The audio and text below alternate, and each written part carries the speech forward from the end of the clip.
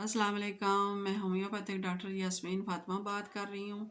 आज जो बीमारी लेके आई हूँ वो है पित्ते की सोजिश। बस तो ये होता है कि पित्ते में पथरियाँ होती हैं, लेकिन ये जो मैं मेडिसिन बता रही हूँ ये सिर्फ सोजिश के लिए है। जब पित्ता दर्द करना शुरू हो जाता है, यानी कि ये दाएं तरफ पेट की ऊपरी साइड दर्द करता है, और ये ज़्यादातर जब मुर्गन ग़िज़ाएँ वगैरह खाएं तो उस वक़्त शुरू होता है, और साथ जो है क्या भी आना शुरू हो जाती है, शदीद दर्द होता है, और इसके अलावा कब्ज़ वगैरह भी हो जाती है। इसमें ये होता है कि बंदा जो है ना वो खाना खाते ही दर्द शुरू हो जाता है। तो इसके लिए ये जो मैं मेडिसन बता रही हूँ ये 65 नंबर BM का नंबर है, और ये जो है होम्योपैथिक जो है मेडिसन है, और ये होम्यो मेडिकल स्टोरों से मिलती है, और ये कंपनी है BM जो है।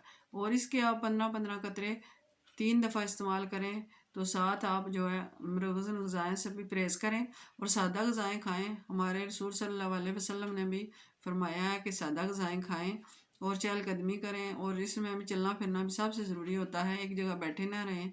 तो इंशाअल्लाह ताला आपकी ये बीमारी दूर हो जाएगी। आइंदा किसी और मर्ज़ के साथ हाज़िर होंगी। खुदा हाफ़िज़।